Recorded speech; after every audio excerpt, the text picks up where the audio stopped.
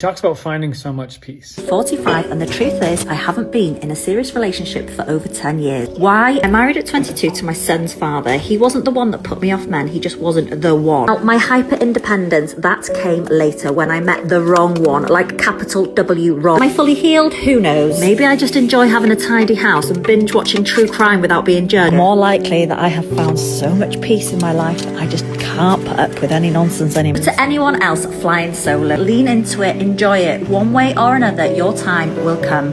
It's a beautiful sentiment, really. But there's an issue I take with this. And I want to express the nuances that I see in this video because I think it may be a contribution to some people. She talks about finding so much peace. Now, if your main highlights are watching Netflix specials and cleaning your house, yeah, that's going to be peaceful because it's a pretty low game. It's a very low stakes game with virtually no risk whatsoever. And I think there's a lot of people in life right now who want love or are pretending they don't want love while ignoring the most massive, obvious truth of it all is that there is no love without risk. And I think a lot of people have become accustomed to hiding behind this narrative of protecting their peace when what's really happened is their capacity for risk has nearly evaporated. And then it has a really troubling effect because then we lean into this other idea that your time will come. I don't think your time will come. I know it's kind of shitty to say that, but I don't think the time comes for people who are playing small. Again, I'm not trying to be mean here.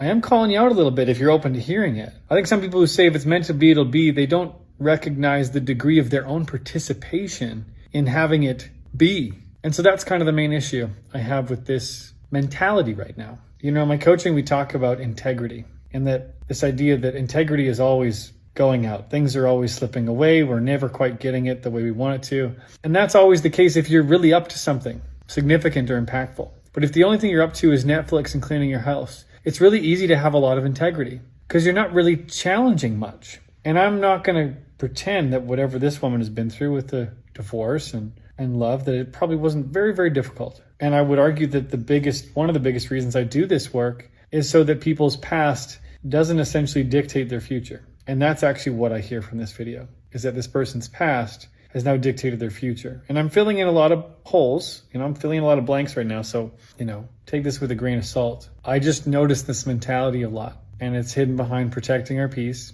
and this idea that somehow your time will magically come. I think your time is slipping away. I think time is this beautiful, precious thing. And if we don't use it, we don't get value out of it. Perhaps my video and all of these videos could be summed up by saying, what risk are you avoiding right now? What do you think?